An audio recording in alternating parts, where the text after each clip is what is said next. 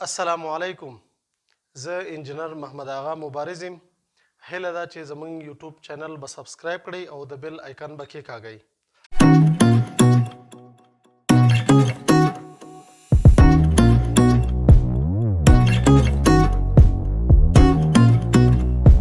ګرانو لیدونکو، تېره ورځ موږ د لومړۍ درجه یو مجهوله معادلو په څو ځانګړو حالاتونو خبرې وکړې چې له دې جملې څخه مو د دوو ځانګړو حالتونو په اړه مثالونه حل کړل. نن ورځ موږ دوه ځانګړي نور حالتونه د لومړۍ درجه یو مجهوله معادلو په هکله وایو. نو راځو د دغه دوو ځانګړو حالتونو په هکله مثالونه کار کوو. دریم ځانګړی حالت داسې دی که چېرته په لومړۍ درجه یو مجهوله معادلو کې A نامساوي صفر وي او B پکې مساوي صفر شي. معنا په لومړۍ درجه یو مجهوله معادلو کې د B حد صفر شي. کله چې معادله حلو په معادله کې ثابت حد صفر شي نو موږ په دې وخت کې څنګه ویلی شو چې معادله څه ډول حل لري. نو په دې هکله به لومړی یو مثال کار کوو. راځو مثال لیکم. 2 ضربې x جمع 2 مساوي 4. دا یوه لومړۍ درجه یو مجهوله معادله ده. غواړو دا لومړۍ درجه یو مجهوله معادله حل کو او ګورو چې په دې کې دغه ډول حالت رامنځته کیږي او که نه. د دې د حل لپاره لیکمه. کله چې غواړم دا لومړۍ درجه یو مجهوله معادله حل کم، لومړی دغه ضریب د قوس په داخل په دواړو حدونو کې ضربو. لیکم 2x جمع 2 چې په 2 کې ضرب کو 4 مساوي 4. په تیرو درسونو کې موږ لوستي وو که چېرته موږ لومړۍ درجه یو مجهوله معادله حلو نو د حل په جریان کې چې کله موږ دا قوسونه له منځه ویوړل او همدارنګه مخرجونه له منځه ویوړل نو زموږ عملیه به داسې وي چې مجهول حدونه به کیڼ لوري ته او معلوم حدونه به ښي لوري ته انتقالوو. نو هماغه شانې عملیه اجرا کوو. لیکم 2x مجهول حد دی په کیڼ لوري کې، بل مجهول حد نه لرو، مساوي 4 ثابت عدد په ښي لوري کې دی. دا ثابت عدد د مساوات دې لوري ته انتقالوو. د دې ځای لیکم چې 2x مساوي 0. تاسو وګورئ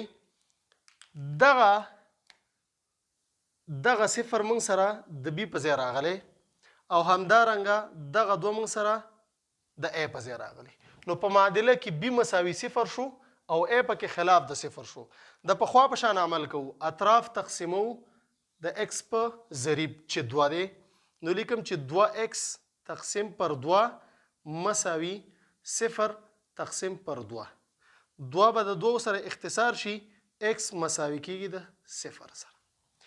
پس دلته موږ ته یوه نتیجه په لاس راله او هغه دا چې هر کله په لومړۍ درجه یو مجهوله معادلو کې A خلاف د 0 و، معنا د x ضریب چې کوم دی دا 0 نه شو، B مساوي 0 شو، ثابت عدد د معادلې د حل په جریان کې 0 شو، نو موږ وایو چې د معادلې جذر 0 دی.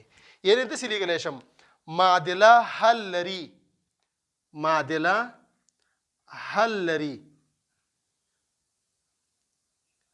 چې حل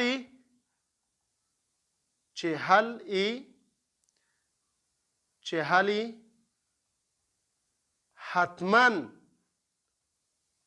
x مساوي 0 دی. یعنی داسې هر ډول معادلې چې تاسو حل کوئ او د معادلو په حل کې B مساوي 0 شو، A خلاف د 0 د معادلې حل به حتما x مساوي 0 وي. اوس راځو یو بل ځانګړی حالت کارو. 4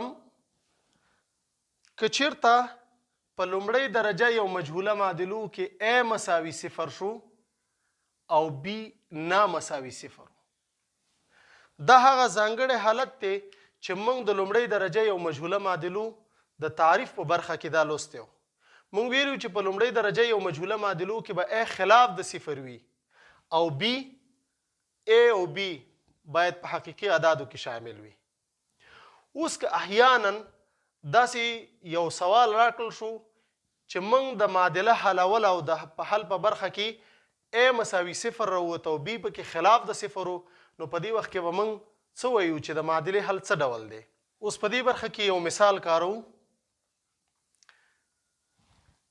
لیکم 4 ضرب x جمع یو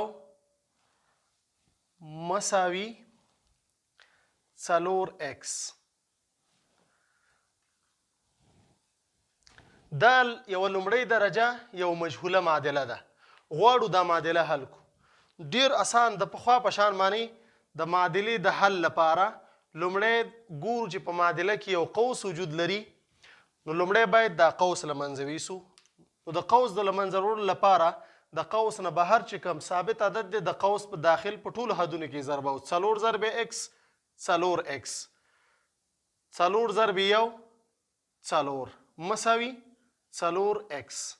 د پخوا په شان مجهول حدونه کیڼ لوري ته انتقالو او معلوم حدونه ښي لوري ته.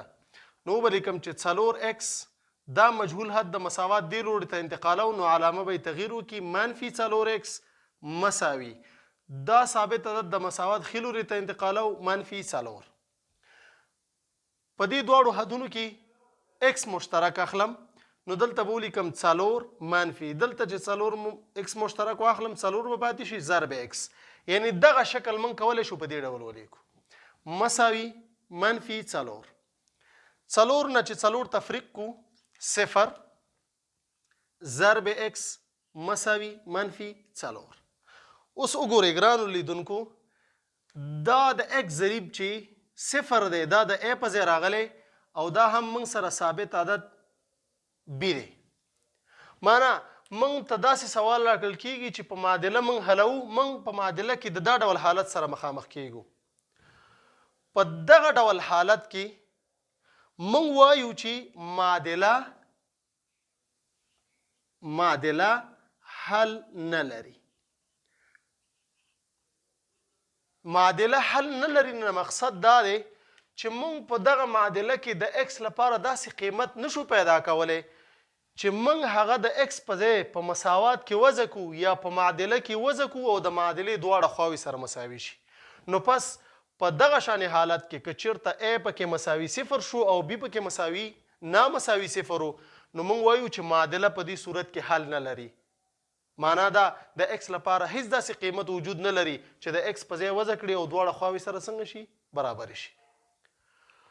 راځو څو مثالونه او همدارنګه څو عبارتي سوالونه به ان شاء الله العزیز په راتلونکي درس کې تاسو ته وړاندې کوو چې څنګه کولی شو داسې مسایل چې لومړی درجه یو مجهوله معادلو ته برابریږي او موږ کولی شو هغه مسایل د لومړی درجه یو مجهوله معادلو په واسطه حل کړو. په هغې باندې به ان شاء الله خبرې وکړو. تر بیا.